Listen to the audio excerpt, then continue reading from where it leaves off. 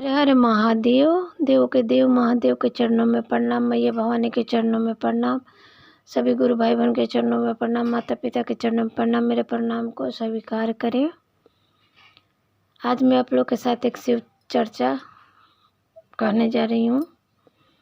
एक समय की बात है, सावन का मौसम चल रहा था। तो कैलाश पर्वत पर पार्वती जी और शंकर भगवान, मैया पार्वती और शंकर भगवान जी बैठे थे और अपना वहीं से पृथ्वी पर देख रहे थे। तो सावन का महीना था, लोग तो सावन महीने में पूरा अपना हरा हरा, औरतें चूड़ी पहनती हैं, साड़ी पहनती है, सोमवार को जल चढ़ाने जलती है। वही सब अपना शंकर जी देख रहे थे। तो पार्वती माँ बोली कि देखिए, सभी औरतें पहनी है हरा हरा चूड़ी, साड़ी, हर चीज़, हमको भी मन कर रहा है हरा चूड़ी पहनने के लिए। तो शंकर भगवान बोले कि मन कर रहा है तो जाओ खुद से पहन लो, मेरे पास टाइम नहीं है, मेरे इतने भक्त लोग आ रहे हैं, जल चढ़ा रहे हैं, मुझे उन लोग को देखना है, जाना है, मेरे पास अभी टाइम नहीं है।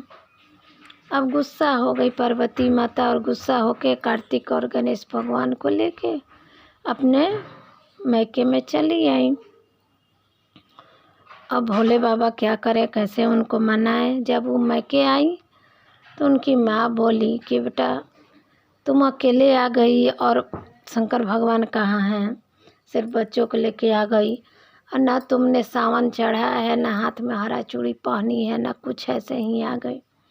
तो गुस्सा में बोली पार्वती जी कि मुझे हरा चूड़ी पसंद नहीं आता है, मैं नहीं पहनूंगी। ऐसा करके वो अपना अंदर चली गई। फिर दूसरे दिन अब तो शंकर जी बहुत सोच में पड़ गए कि कैसे उनको मनाएं। फिर दूसरे दिन शंकर जी क्या किए कि अपना रूप बदले, एक बुढ़े आदमी का और एक अपना ले लिए चूड़ी का बॉक्स, हरा कलर के चूड़ी का बॉक्स ले लिए और गए शंकर जी के पार्वती जी के मैके में चले गए। शंकर जी रूप बदले हुए थे, अपना जाके चिल्लाने लगे उनके दरवाजा पे कि चूड़ी ले लो, चूड़ी ले लो, हरा चूड़ी ले लो, सावन में हरा चूड़ी ले लो।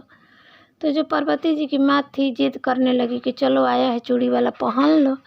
पार्वती जी तो नाराज़ थी, नहीं जा रही थी, लेकिन गई।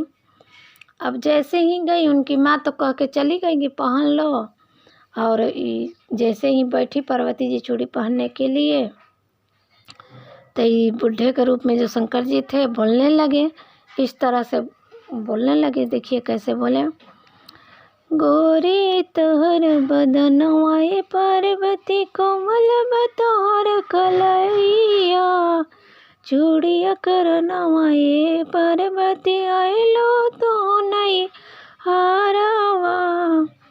इस तरह से जब शंकर भगवान बोले पार्वती को, तो पार्वती और गुस्सा हो गई और वो अंदर चली गई, चूड़ी नहीं पहनी। जाके बोली अपनी माँ से कि वो बुढ़ा आदमी पागल है, पता नहीं क्या क्या बोल रहा है, मैं नहीं चूड़ी पहनूंगी। अब उस दिन नहीं चूड़ी पहनी। फिर दूसरा दिन एक बालक का रूप धर के आए भगवान शंकर भगवान। उनको तो पार्वती जी को मनाना ही था, तो फिर चिल्लाने लगे। तो उनकी माँ बोली कि अच्छा ठीक है, आज लड़का है एक छोटा सा, जाओ उससे पहन लो।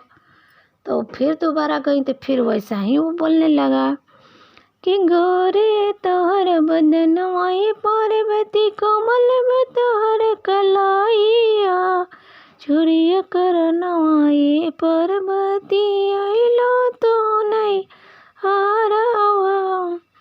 इस तरह से दोबारा भी बोलने लगा। अब पार्वती जी एकदम गुस्सा हो गई और वो चली गई गुस्सा होके।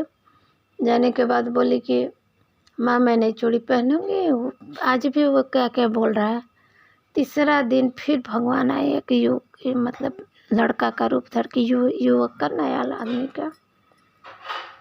तीसरा दिन अब उनकी माँ साथ में आई, बोली कि चलो हम पहनाते हैं, देखते हैं कौन क्या तुमको बोलता है, हरा चूड़ी। तो फिर जब तीसरा दिन आई तो जैसे ही भगवान ने उनका कलाई पकड़ा चूड़ी पहनाने के लिए, पार्वती माता जान गई कि शंकर भगवान ही हैं, रूप बदल बदल के आ रहे हैं। फिर वो बहुत खुश हुई कि अपने इतने काम को छोड़ के, इतने भक्त को छोड़ के मेरे गांव आए हैं चूड़ीहारा बन के शंकर जी। वो खुश हुई और मान गई। शंकर जी उन्हें पूरा हरा चूड़ी पहना दिया।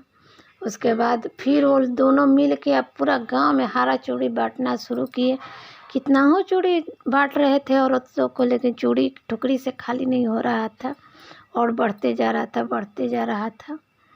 और तो अपना सुखी पूर्वक दोनों अपना उस शंकर फिर कैलाश पर्वत पे आ गई माता, दोनों बालक को लेके अपना फिर हंसी खुशी रहने लगे।